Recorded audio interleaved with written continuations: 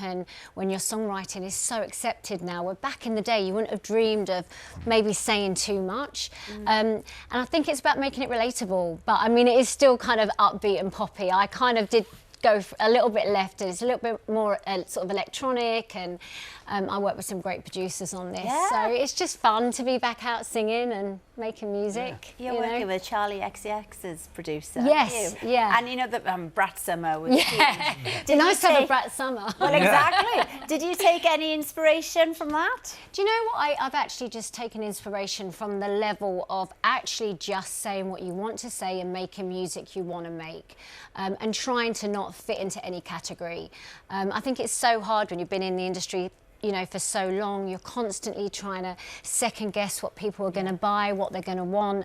And I think this is most probably the first time I've made an album where I've actually just totally enjoyed the process. I've been honoured to work with the people I've worked with. When people around me are winning Grammys, you do feel very kind of like, well, kind of lucky to be in this room. But, you know, you become friends, and that's where I think music is at its best, when you just kind of throw everything at it and see what works. So yeah, it's been good. I do love the fact that you've gone quite old school with it. You've got CDs available, I have vinyls available, cassette tape available, and record store signings. Apparently it's all the rage. I mean, the record store signings always makes me nervous in case no one shows up. Right. But I'm keeping my fingers crossed. Yeah. What made you want to go for the old school vibe on the CDs and vinyls and stuff? Do you know, I think we're just sort of back in that stage. I think, you know, this is my 5th album, and I think there are maybe a level of fans out there that still like to have something to kind of hold on to and keep, and yeah, it's just a moment. And I think that's why it's quite nice to do the record signings. I think it does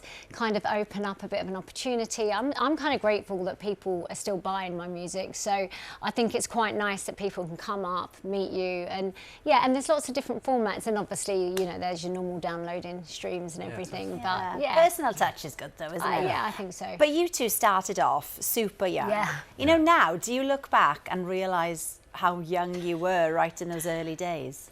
I mean, well, my daughter is 16 soon, and I was 16 when I started the band with James. Yeah, pretty much the same with me. Yeah, which is bonkers. Yeah. You know, to think of that.